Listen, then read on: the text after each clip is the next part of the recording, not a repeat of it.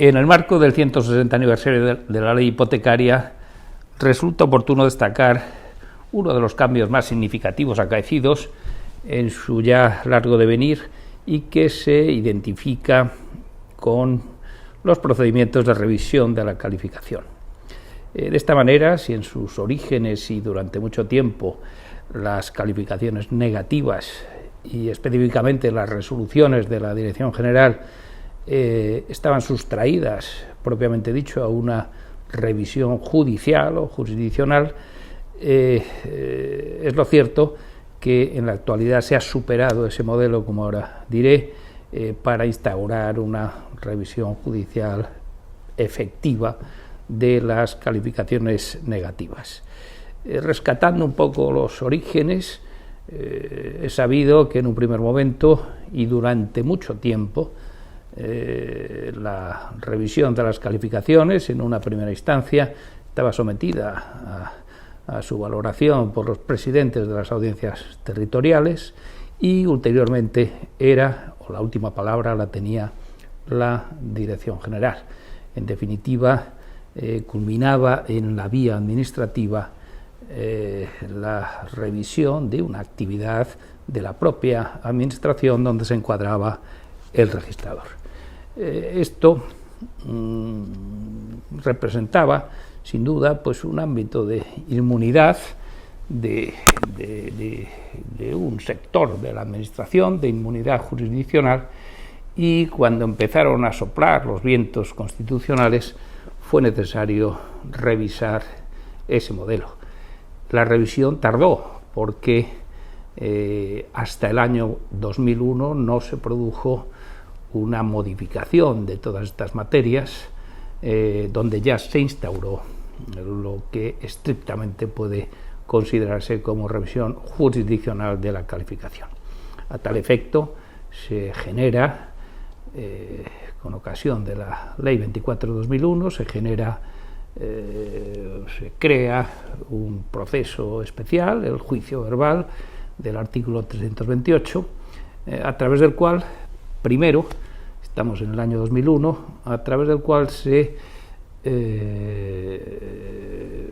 arbitra la posibilidad de recurrir en juicio verbal las resoluciones de la Dirección General. Esto duró 4 años, concretamente, porque en el año 2005 se altera un poco el modelo. Se altera un poco el modelo porque, aunque la Dirección General se había visto constreñida a dictar sus resoluciones en el plazo de 3 meses, lo hizo como consecuencia de una decisión de la Sala Primera del Tribunal Supremo instada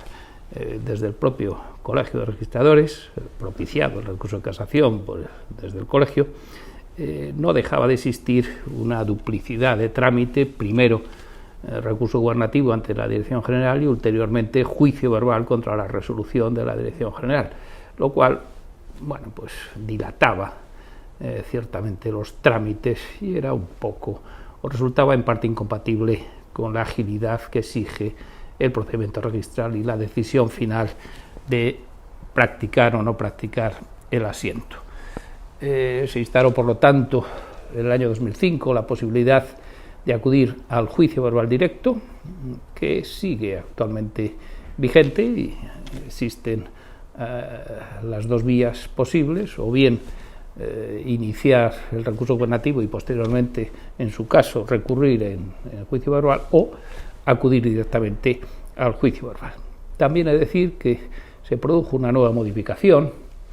en el año 2015, con ocasión de la reforma de la Ley de Enjuiciamiento Civil, en que el juicio verbal pasó a tener una contestación escrita, que ha resultado sin duda fecunda, porque no era extraño el que ante las contestaciones orales el juez de turno se sorprendiera enormemente, porque pensando que el juicio verbal sería como otro cualquiera del automóvil, se encontraba con que le hablaban de anotaciones, asientos, libros, etcétera, y las caras de estupefacción eran muy frecuentes. En la actualidad, al ser el trámite de contestación escrito, ya no se da ese problema y yo creo que hemos ganado bastante. Pero si bien el modelo ya supera los estándares de constitucionalidad, su aplicación práctica sigue generando bastantes problemas. Y los genera porque el procedimiento registral, puramente formal, obedece a una lógica preventiva, mientras que el proceso civil se funda o sirve a unos principios totalmente diferentes. Se funda en el principio de contradicción, se parte de la existencia de un conflicto y decide el conflicto con plenitud, tanto probatoria como de cognición, con las partes enfrentadas presentes en el proceso. Esto, cuando el problema es que hay que revisar una calificación negativa, produce una situación de clara contradicción. El tribunal, el juez, no está acostumbrado a valorar, a colocarse en el lugar del registrador y valorar el supuesto cómo hizo el registrador y cómo debería hacer él. Es el problema o el eterno debate que llevamos, bueno, aún no es eterno, pero es el debate que llevamos 10 años, bueno, ya casi 20 años padeciendo sobre si es un juicio estrictamente revisor, donde el tribunal se coloca en el lugar del registrador, o si por el contrario su cognición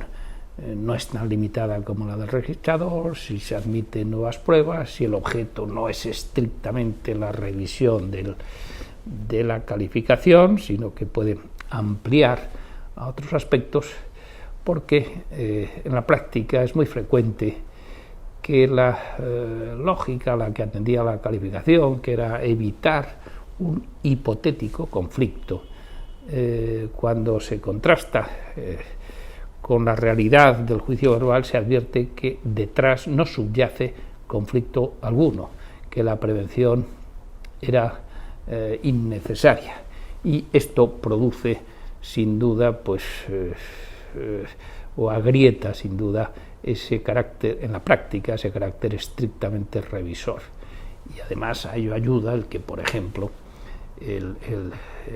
se ampara la presencia en el juicio verbal de los interesados, que es inviable en el procedimiento registral, y cuando están los interesados presentes, el juicio deriva hacia derroteros sustantivos, diríamos, o donde se enfrentan contradictoriamente las partes, y todo esto está generando no pocas distorsiones que yo creo que es necesario replantearse, reconducir y modificar en parte esta regulación. Pero en definitiva, uno de los flancos que tenía la vieja ley hipotecaria, que era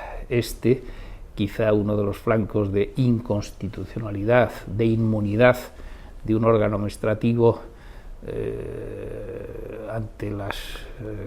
haciendo inmunes jurisdiccionalmente sus decisiones. Esto se ha superado, y esto es lo que parece oportuno rescatar cuando rememoramos los 160 aniversarios. La ley hipotecaria ha sido capaz en y en otros puntos de actualizarse, de cumplir sin grandes quebrantos de su estructura las exigencias constitucionales, y así ha acaecido en la materia de la que hemos hablado.